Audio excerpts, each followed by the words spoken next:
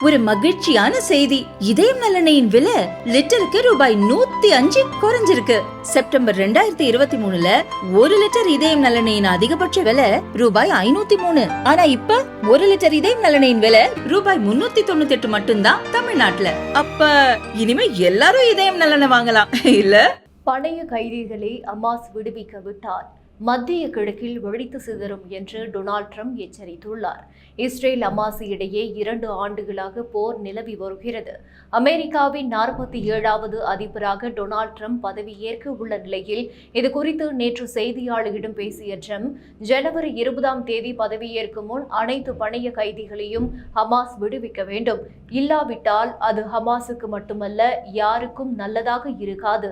அனைத்தும் வெடித்துவிடும். 2022ஆம் ஆண்டு அக்டோபர் 7இல் இஸ்ரேலுக்குள் புகுந்து ஹமாஸ் தாக்குதல் நடத்தியிருக்க கூடாது. அந்த தாக்குதலில் பலர் கொல்லப்பட்டனர். ஆனால் மக்கள் அதை மறந்து விடுகிறார்கள்.